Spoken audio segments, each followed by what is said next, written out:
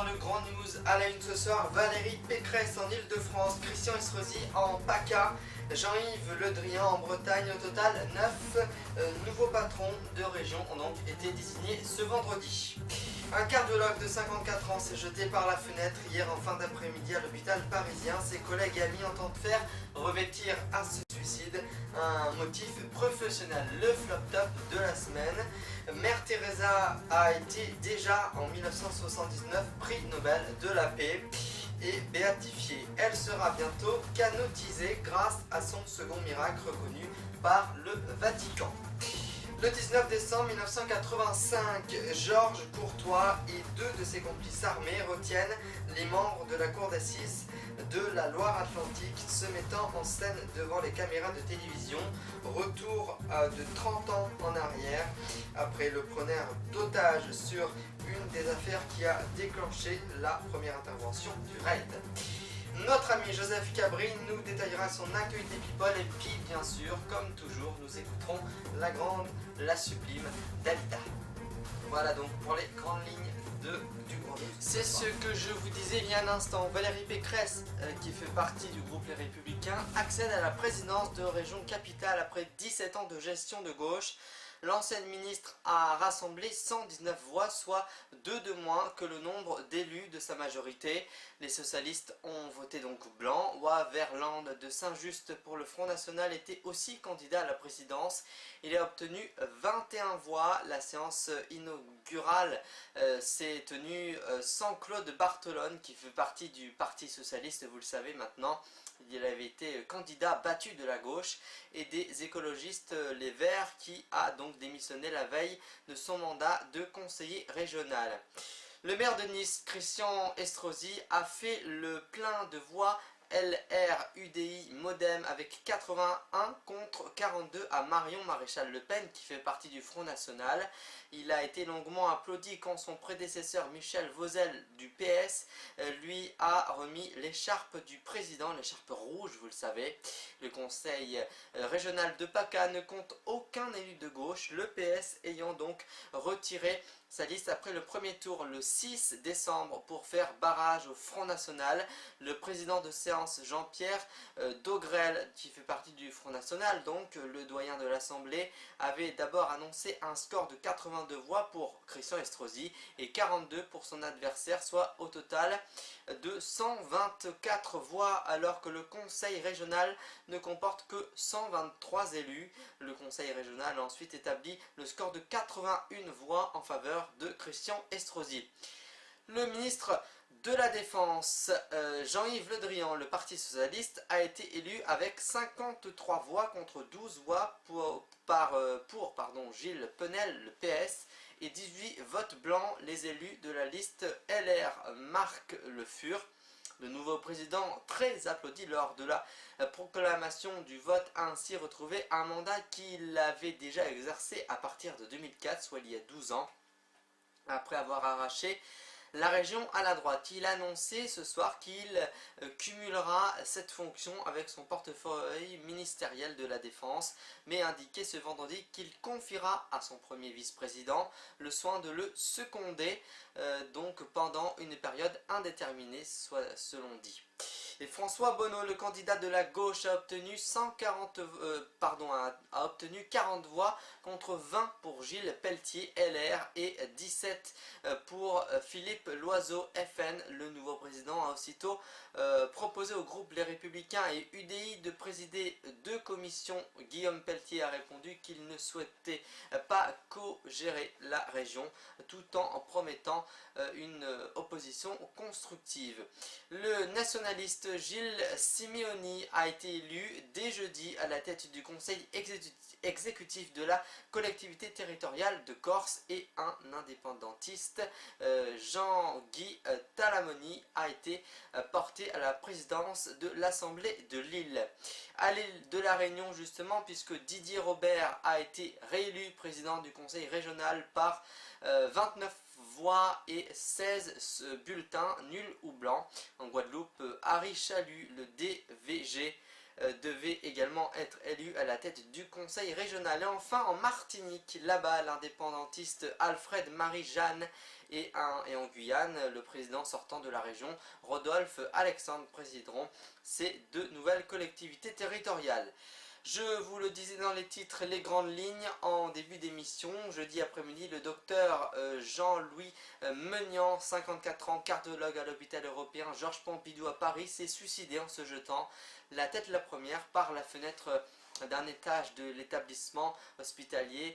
Côté cour, ses collègues et amis sont profondément choqués et ne comprennent toujours pas son geste. Après un long arrêt maladie pour dépression grave, le docteur Meunian avait repris le travail lundi, mais l'ambiance au sein de l'hôpital lui était devenue très pesante.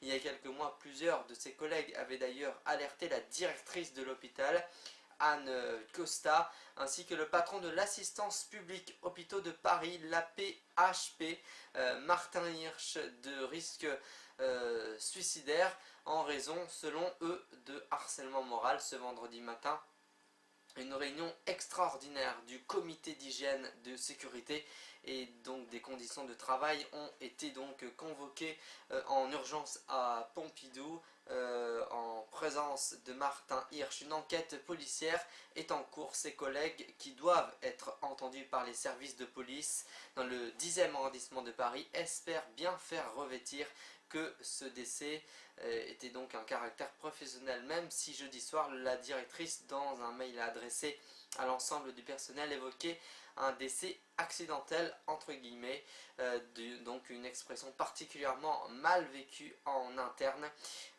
En cas de suicide sur le lieu de travail, l'Institut national des recherches et de la sécurité note qu'une communication interne forte doit souligner la gravité de l'événement et prendre en compte la part éventuelle du travail dans sa survenue.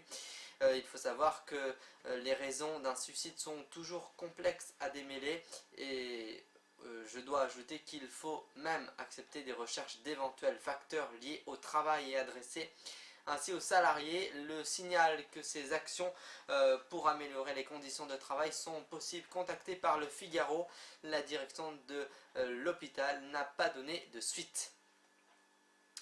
Et je vous retrouve dans un petit instant pour votre flop top de la semaine. A tout de suite.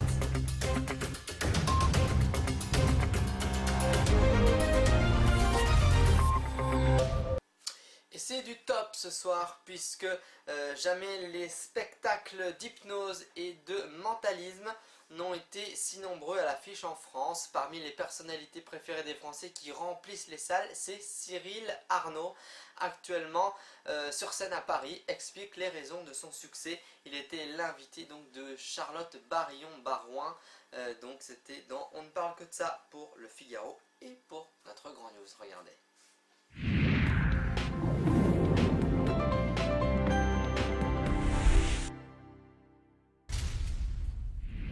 On ne parle que de ça, jamais il y a eu autant d'hypnotiseurs et autres mentalistes à l'affiche en France. Et sur scène, parmi les spectacles qui cartonnent, il y a Cyril Arnaud. Il est avec nous au Figaro. Bonjour Cyril. Bonjour Charlotte. Merci d'être ici, on est ravis de vous recevoir. Vous êtes actuellement sur la scène du théâtre du Gymnase à Paris, dans Expériences hypnotiques. Comment faut-il vous définir? Vous êtes hypnotiseur, mentaliste, magicien? Alors non, je ne suis pas mentaliste, j'ai été magicien mental, certes, donc tout ce qui était numéro de divination, prédiction et télépathie, comme on voit partout en spectacle.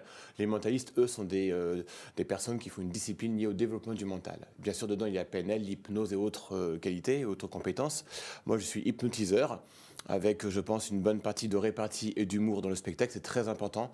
Il faut que les gens soient détendus, qu'ils rient. Alors, les sujets rient bien sûr de leur situation, et le public, il rit de ce qu'il voit sur scène. Alors justement, à propos de ce qui se passe sur scène, je vous propose qu'on regarde le teaser, la bande-annonce de votre spectacle, ce qui donnera déjà un avant-goût à ceux qui ne vous connaissent pas.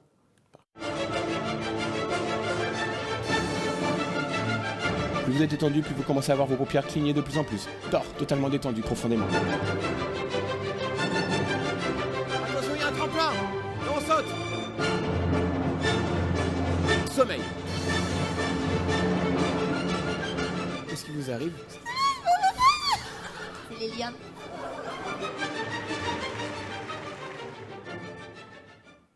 Alors Cyril Arnaud, je le disais en introduction, l'hypnose et le mentalisme n'ont jamais eu autant de succès en France. Et puis on le voit aussi à travers la série Le Mentaliste qui est diffusée sur TF1 avec le beau Simon Baker. Comment vous expliquez l'intérêt du public pour ce genre ? Ben, je pense que tous, adultes comme enfants, hommes comme femmes, on est attirés par ce côté un petit peu prendre un temps d'avance sur les gens, pouvoir un peu prévoir les comportements, pouvoir éventuellement, pourquoi pas aussi, éventuellement influencer les personnes, toujours avec une bonne éthique, bien sûr, c'est toujours mieux. Et puis le côté spectacle, hein, c'est vrai que moi je sais qu'avec tous les effets hypnotiques qui sont dans le spectacle, la plupart des gens, ce qu'ils retiennent, c'est on claque des doigts et les gens s'endorment de suite. Donc voilà, c'est toujours un petit côté spectacle. On aimerait bien faire ça avec son banquier, on aimerait bien faire ça avec bien sûr les impôts. Mais bon, pour l'instant, ça reste du spectacle et pour le plus grand plaisir du public et puis des personnes du sujet. On parle beaucoup de Mesmer qui fait une tournée en France, qui a été longtemps aussi sur scène pendant plusieurs semaines. Qu'est-ce qui vous différencie de quelqu'un comme Mesmer, par exemple ? Mesmer, je pense que c'est un professionnel qui a déjà sa carrière, c'est quelqu'un qui a un protocole très sérieux. C'est une référence, pour moi, c'est une référence de l'hypnose. C'est vrai que quelqu'un qui voudrait aujourd'hui démarrer l'hypnose de spectacle peut tout à fait prendre quelqu'un comme Mesmer comme modèle. Moi, je vais plutôt être sur un spectacle beaucoup plus intimiste, on va avoir moins de sujets, on va aller par contre au plus profond des choses avec eux, on va leur faire vraiment vivre des expériences, donc le titre du spectacle, et partager des choses avec eux et les dévoiler un petit peu au public. Voilà, qui sont ces personnes-là sur scène, on apprend un peu à les connaître, on les découvre et on vit ce qu'ils vivent avec eux. Alors on se demande, quand on vous voit sur scène, quel est votre secret, si secret il y a, comment vous procédez ?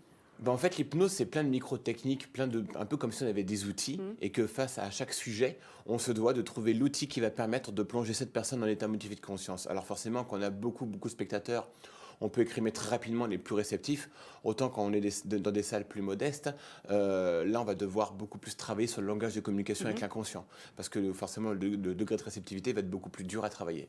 Alors quand on vous regarde, on se demande si vous avez un don que la majorité des gens n'ont pas, est-ce que c'est ça véritablement ? Alors le mot don, je l'aime pas trop, je préfère le mot prédisposition, parce que moi je pars du principe qu'on est tous nés avec nos qualités et nos compétences, après à nous de se découvrir, de savoir vers quel métier on est fait, et puis après bien sûr de se donner les moyens d'aller vers cette voie. Moi j'ai un chemin de vie qui m'a permis de rencontrer des magiciens d'abord en premier temps, amateurs puis professionnels, et puis qui m'a toujours amené sur un parcours de vie un peu artistique, de scène, et étant attiré par la magie depuis le début, je me suis ensuite développé en magie mentale, et puis lorsque j'ai découvert l'hypnose, ça a fait tilt. Je vous ai vu hier soir sur la scène du Petit Gymnase à Paris. C'est vrai qu'on est impressionné par ce qui se passe, mais on est aussi partagé entre le sentiment que les cobayes, on va dire, qui sont sur scène avec vous, sont vraiment sous hypnose, et puis d'un autre côté qu'ils jouent un peu la comédie. Est-ce que vous comprenez qu'on ait ce sentiment-là parfois ? C'est tout à fait compréhensible. Après, le combat du spectacle n'est pas là. On n'est pas là pour essayer de convaincre les gens que ce soit vrai ou pas. On est là pour qu'ils passent d'abord une bonne soirée. Alors bien sûr, les sujets qui sont sur scène, on peut des fois dire est-ce qu'ils jouent la comédie ? Mais ce qui se passe, c'est qu'en fait, ils réagissent tellement aux réflexes qui sont induits, bien sûr, en suggestion hypnotique, que s'ils voulaient jouer la comédie, ils oublieraient forcément à un moment donné. Ils peuvent pas, ils sont vrais. Alors c'est vrai que moi, sur scène, je le vois parce que je suis près d'eux, je vois les pupilles dilatées, je vois la respiration qui change. Maintenant, après, les spectateurs sont libres d'apprécier ou pas, de se laisser convaincre ou pas dans l'hypnose. En tout cas, l'essentiel, c'est que tout le monde passe une bonne soirée. Quand le spectacle s'achève, les personnes qui étaient sur scène avec vous ont l'air exténuées, extrêmement fatiguées. Pourquoi ? Alors oui, hier soir, c'est ce qui s'est passé parce qu'en fait, ce sont des personnes qui, apparemment, ou peut-être sont vraiment beaucoup relâchées. Oui. Et donc, l'inconscient a vraiment été élevé très très haut, tandis que le conscient était très très bas. C'est pour ça qu'après après le spectacle, il y en a qui se remettent très rapidement, en 30 secondes, 1 minute, ça se remet. Et il y en a qui ont besoin d'un peu plus de temps. Donc, comme exceptionnellement hier soir, c'est vrai que l'inconscient était très élevé, le conscient très bas, en tout cas pour deux d'entre eux. Il a fallu mettre un peu plus de temps pour non pas les déprogrammer parce que ça s'était fait, mais juste les remettre dans un état dynamique, euphorique et énergique pour passer la fin de soirée ensuite, entre eux. La personne qui m'accompagnait était parfois gênée par l'idée que vous arrivez à manipuler les gens, qu'on est manipulé finalement à travers cet exercice que vous pratiquez sur scène. Est-ce que vous pouvez arriver à manipuler les gens, effectivement, à leur faire faire ce que vous voulez ? On ne les manipule pas, enfin je ne les manipule pas, je les guide. C'est-à-dire qu'en fait, ils vivent ce qu'ils ont envie de vivre. Bien sûr, j'induis, je suggère certains effets, parce que le spectacle a une trame, mais s'ils sont dérangés par l'un des effets, notamment il y a un des tableaux où il fait très froid, enfin il ne fait pas froid dans la salle, il fait froid intérieurement. S'ils ne le vivent pas, s'ils n'ont pas envie de le vivre, ils ne vont pas le vivre. Et souvent, des personnes peuvent se réveiller. C'est pour ça qu'après, on a un tableau où il va faire chaud. Donc l'inconscient a toujours un fusible. Donc si la personne est dérangée dans ce qu'elle vit, elle ne le vivra pas, elle va sortir de l'hypnose, ou en tout cas elle va se projeter dans un autre endroit. Et puis ensuite, ceux qui acceptent bien de vivre ce moment, cette expérience, cet effet, c'est parce que justement ils ont envie de le vivre qu'ils vont se laisser aller et qu'ils vont pouvoir le vivre excellemment. On imagine que dans ce genre de spectacle, on cherche à épater, à en mettre un maximum, à essayer d'impressionner au maximum. C'est quoi la limite? Elle est où la limite? Alors en hypnose, on n'a pas de limite. La seule limite qu'il peut y avoir, c'est l'inconscient du sujet qui va lui dire à un moment donné, stop, je ne veux pas aller plus loin. Et la vôtre, elle est où? Alors moi, la mienne, elle est... moi, tant que le sujet passe un bon moment et que je vois qu'il est vraiment dans la demande de vivre des choses, alors bien sûr, on est limité dans le temps, on ne peut pas faire un spectacle de 4 heures. Il y a tellement de choses à faire en hypnose. Le tableau final, quasiment, je ne peux pas trop dévoiler sur le spectacle, mais qui est un changement de personnalité, je pense que c'est un des niveaux les plus hauts, en tout cas en hypnose de spectacle. Et vous pourriez aller jusqu'où, techniquement? On peut donner des personnes l'impression qu'ils ont des pouvoirs magiques. Ils peuvent avoir des perceptions tellement modifiées qu'on peut leur faire croire ce qu'ils veulent. Et ils ont vraiment l'impression de vivre des choses. Ils peuvent se retrouver dans un autre endroit, dans une autre époque, à la place d'une autre personne, devenir une autre personne. On peut vraiment créer pas mal de choses, comme dans un rêve. Vous avez déjà vous-même tenté d'être hypnotisé et de subir aussi Bien sûr, une expérience de ce genre? Je l'ai tenté en formation lorsque je me suis formé à l'hypnose, mais je suis trop dans le contrôle et trop dans l'analyse, donc j'ai pas pu lâcher prise complètement. Néanmoins, j'ai pu me mettre un petit peu à la place des sujets, ce qu'ils peuvent ressentir à ce moment-là, et c'est là que j'ai pu comprendre un peu le fonctionnement du conscient et de l'inconscient, et comment j'ai pu donc accélérer ensuite mes phases hypnotiques. Merci beaucoup, Cyril Merci, Arnaud, pour cet entretien. On rappelle que vous êtes donc au Théâtre du Gymnase à Paris dans Expérience hypnotique jusqu'au 6 janvier Tout à fait. prochain, 6 janvier 2016. Tous les mardis et mercredis à 21h30. Exactement. Merci beaucoup. Merci Charlotte.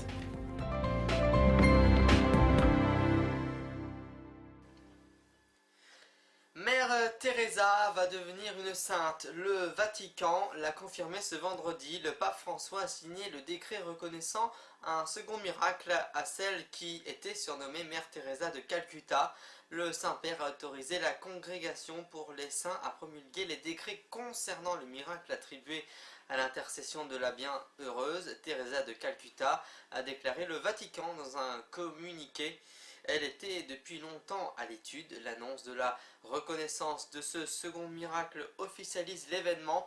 Selon l'archevêque de Calcutta, Thomas de Souza, ce miracle est une guérison d'un homme de 35 ans atteint de multiples tumeurs au cerveau en 2008, soit 10 ans après la mort de la petite sœur des pauvres. C'est une femme qui a prié jour et nuit pour que Mère Teresa vienne en aide à ce Brésilien de 35 ans donc, qui était atteint de multiples tumeurs au cerveau pendant des années.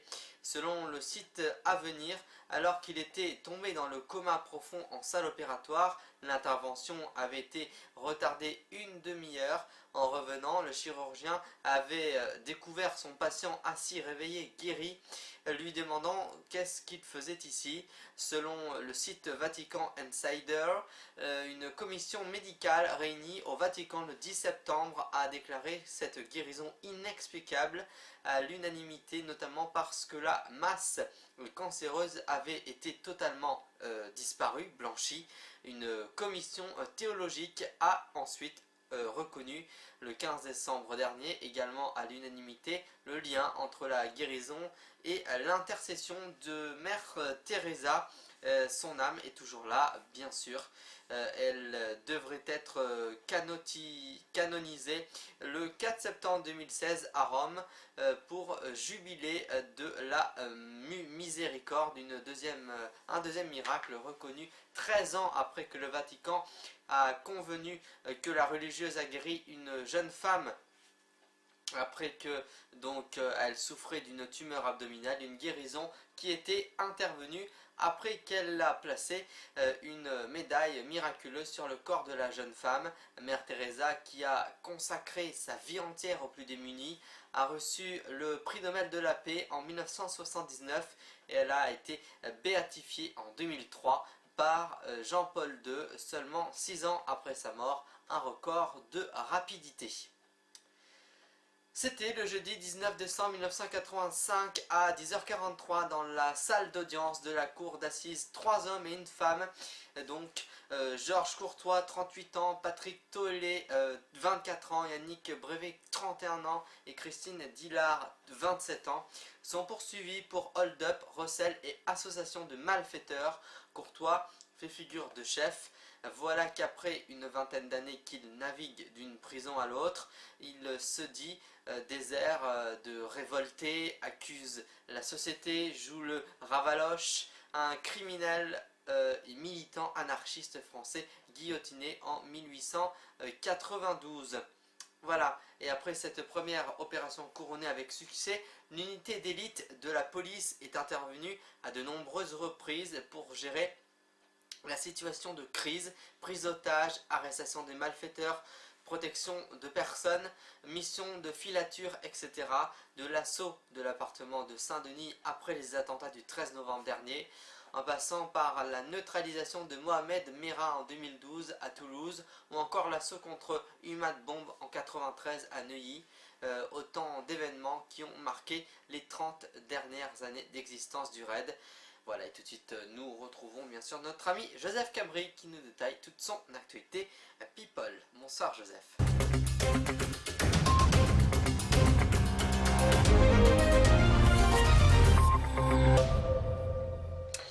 Et nous sommes en compagnie de notre ami Joseph Cabri pour son magazine The People, en tout cas sa rubrique. Bonsoir Joseph, merci d'être avec nous. Bonsoir, Monsieur Giordano. Comment allez-vous cette semaine? Bien, et vous? Ben, ça va, très très bien. Ça y est, c'est les vacances? Ça y est, Ah, ben super. j'ai pris une petite semaine. Et vous aussi? Ah, parfait. Vous avez bien fait. Moi aussi, j'ai pris une petite semaine aussi. Ouais, la rédaction m'a Ben, autorisé. la rédaction passe les fêtes de Noël auprès de la famille, hein? Et oui. Eh oui. Donc c'est parti pour The People avec vous, Joseph Cabri. À vous, libre Alors, nous antenne. allons commencer par une rumeur qui a couru, parce qu'entre-temps, il y a eu 1000 histoires là-dessus, soi-disant sur le départ de Julien Lepers, qui ne devrait plus présenter Question pour les champions. Oui, Entre-temps, la directrice a démenti en disant que soi-disant il sera là pour le mois de janvier, pardon. Je pense qu'il va faire la saison jusqu'au mois de juin. Et après, on ne le sait pas parce que la directrice des programmes, soi-disant, voudrait rajeunir les animateurs.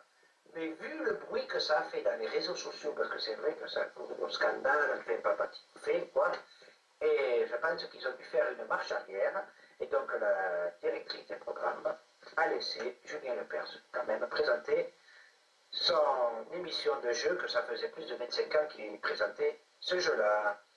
Voilà, nous arrivons de Julien Lepers, nous passons à Maria Carré, qui donnera un concert, c'est rare pour le dire, mais c'est pour ça que je vous en parle.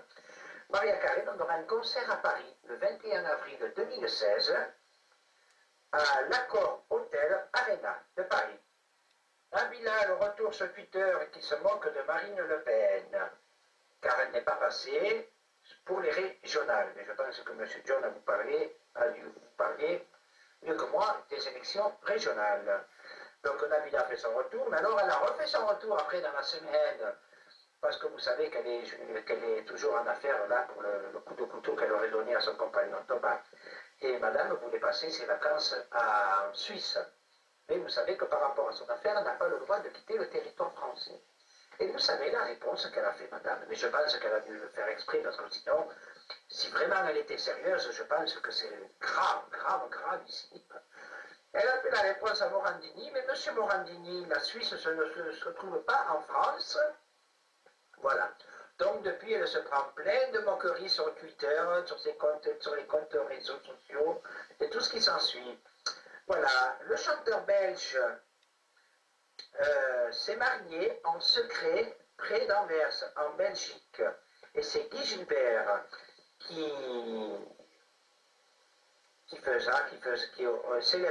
qui a célébré son mariage. Voilà. On revient à voir, donc ça je vous en ai parlé tout à l'heure, on revient à Julien Lepers, oui, parce que je vous ai préparé un petit peu toute la semaine. Donc, mercredi est sorti le dernier Star Wars, comme vous savez. Je pense que beaucoup de jeunes ont dû aller le voir. Je pense que vous, peut-être, monsieur John, je ne sais pas si c'est votre perspective comme film, mais est-ce que vous irez voir Star Wars ou pas? Non, c'est pas mon truc. Ah, d'accord, mais c'est pas tout à fait ma tasse de thé non plus. Donc c'est très bien, il y a des gens comme ça qui n'aiment pas trop ce style de film-là. Alors, la suite. Eva Longoria, celle qui a joué dans Desesperas, Oswald, et qui a été la fiancée du basketteur français pendant quelques années, Tony Parker, vient de nouveau se fiancer et prépare de nouveau son mariage avec un homme d'affaires qui se nomme José Antonio Pastone. Ça fera son 3e mariage. On lui souhaite que du bonheur. Touche pas à mon poste a encore battu son record cette semaine d'audience avec plus de 1 800 000 téléspectateurs. Et enfin, on connaît la fin de l'histoire pour savoir si Mathieu Delormeau allait repartir sur Énergie 12 ou pas. Eh bien, non. Mathieu Delormeau a gardé son amitié, sa fidélité à Cyril Hanouna, car il a dit, au moment où il était le plus mal sur Énergie 12, le premier coup de fil qu'il a reçu est celui de Cyril Hanouna en lui proposant de le rejoindre s'il en avait envie comme chroniqueur dans son émission. Alors, on revient à Star Wars, oui, parce qu'entre-temps, comme c'est sorti mercredi, donc entre-temps, le vendredi, il a été annoncé qu'il n'a fait que le 4e meilleur démarrage pour l'année 2015 en France. On pensait qu'il allait faire un truc, mais en fait, il poursuit son chemin quand même, hein. Il fait des spectateurs. Donc, je pensais qu'il allait être dans les premiers, vu l'événement, vu qu'on en a parlé dans toutes les chaînes d'infos, je pensais qu'il allait faire un peu plus que ça. Et on va terminer par la chanteuse Jennifer, qui a décidé de s'installer en Corse définitivement, on va dire comme domicile principal, avec son compagnon et le père de son fils. Et vous savez comment s'appelle le dernier petit de Jennifer? Eh bien, tout comme moi, Joseph. Voilà, c'est ainsi que s'achève pour cette semaine, la semaine People.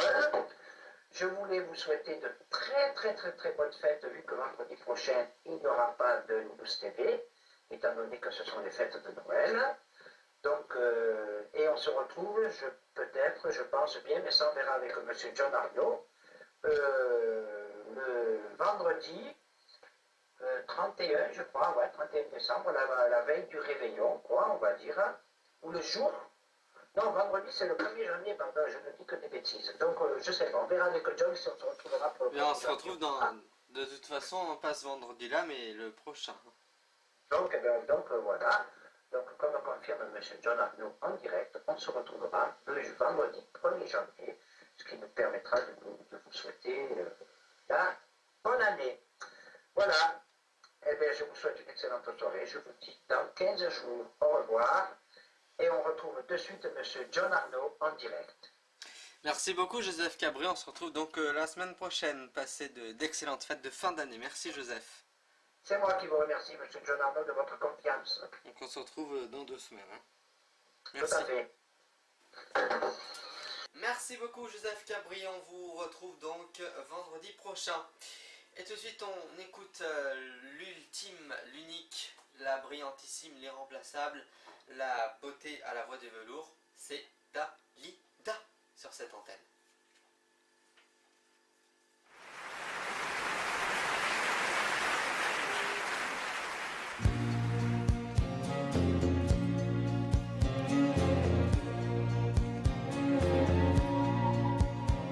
Y a Jeff qui fait la gueule, assis sur le trottoir, depuis qu'il est tout seul, il est pas beau à voir.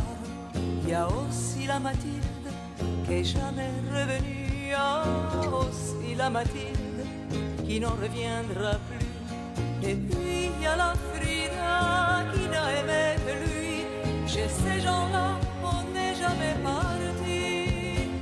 Mais lui, il s'en fout bien, mais lui, il dort tranquille. Il a besoin de rien, il a trouvé son île, une île de soleil et de vagues de ciel. Bruxelles. Les marins d'Amsterdam souchent plus dans les étoiles, la marine qu'a des larmes, un moyen canal. Et puis il y a les flamandes qui n'oublient rien du tout de Vesoul ou la Ostende. On s'habitue, c'est tout. Seul Titine et Madeleine croient qu'il est encore là. Elles vont souvent l'attendre au tram 33. Mais lui, il s'en fout bien, mais lui, il dort tranquille. Il a besoin de rien, il a trouvé son île. Une île de soleil et de vagues de ciel. Et il pleut sur Bruxelles.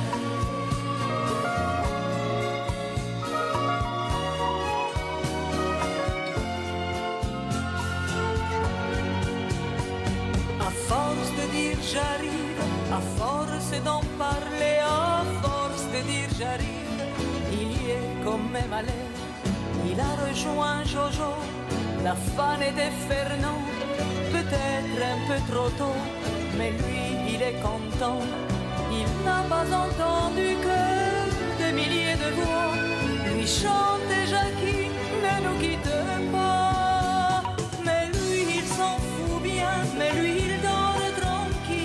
Il a besoin de rien, il a trouvé son île, une île de soleil et de vagues de ciel, et il pleut sur Bruxelles.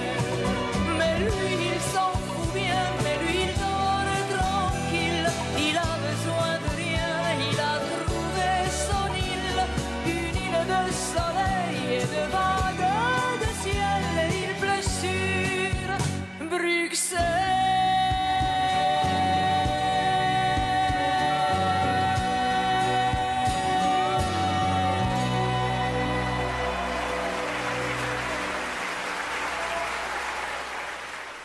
Une grande dame de la chanson avec nous ce soir, c'est un honneur et c'est un plaisir de vous recevoir.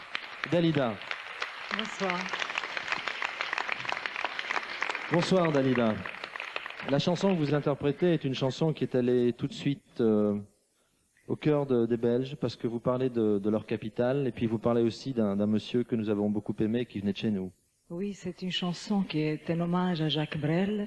Les paroles sont de Michel Jouveau et la musique de Jeff Barnell. Et je dois dire que cette chanson, quand on me l'a présentée la première fois, j'ai eu tout de suite les larmes aux yeux. Et je me suis posé la question s'il fallait que je la chante ou non, car c'est toujours un peu délicat de chanter une chanson en mémoire et en hommage à quelqu'un de disparu comme quelqu'un qui est Jacques Brel. Mais en même temps, je me suis dit que les paroles étaient tellement bien faites, avec tellement de pudeur, et c'était surtout des titres et des phrases de ces chansons. Ce qui fait que finalement, c'est un peu un hommage à son œuvre. Voilà. Cette chanson, elle s'appelle « Il pleut sur Bruxelles ». En tout cas, un hommage que vous rendez très très bien et magnifiquement à Jacques Brel et à cette chanson. Je me suis laissé dire, Dalida, qu'il était possible que vous rencontriez le président Sadat. Est-ce que ce sont des ragots? Est-ce que c'est vrai? Vous savez que je suis née en Égypte, là-bas, et puis le président Sadat, il m'envoie chaque fin d'année des vœux pour la bonne année, ce que je renvoie aussi. Et puis, comme je chante en arabe, alors ça leur fait plaisir, que je me rappelle que j'étais née là-bas aussi, ce qui fait que tout ça, ça crée des liens amicaux avec... D'ailleurs, je dois dire aussi... ambassadrice de l'amour et de la paix aussi.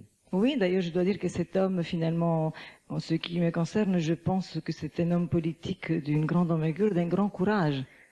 C'est vraiment un personnage qui a beaucoup de courage. Une dernière question, Dalida.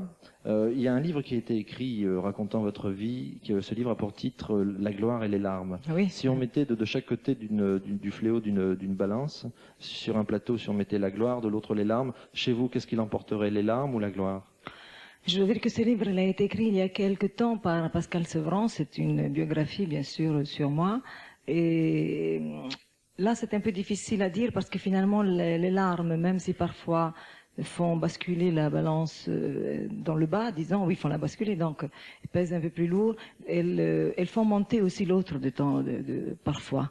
parce que c'est très important dans la vie d'avoir certaines expériences, elles nous enrichissent. Et à ce moment-là, pardon, excusez-moi, ça y est, je suis émue, c'est l'émotion. Et à ce moment-là, ces expériences qui nous réussissent, eh bien, font de nous, ils nous donnent un tout petit peu plus de gloire, disons. Voilà. Voilà, puis avant de vous quitter, je rappelle que Mère Teresa a été déjà prix Nobel de la paix en 1979 et béatifiée. Elle sera bientôt canonisée grâce à un second miracle reconnu par le Vatican. Et puis un cardiologue français de 54 ans s'est jeté par la fenêtre hier en fin d'après-midi à l'hôpital parisien. Ses collègues et amis entendent faire revêtir à ce suicide un motif purement et simplement professionnel. Voilà, c'est la fin de ce grand news. Merci de l'avoir suivi. Je remercie toutes les équipes de production et de direction qui nous ont permis encore une fois ce soir de vous informer le plus complètement possible. On ne se retrouve pas vendredi prochain, mais la semaine d'après. Je vous souhaite de passer une très très belle soirée en notre compagnie sur cette antenne, un très beau week-end. Et d'ici là, donc, très bonnes vacances à toutes et à tous ceux qui ont la chance d'en prendre. Merci.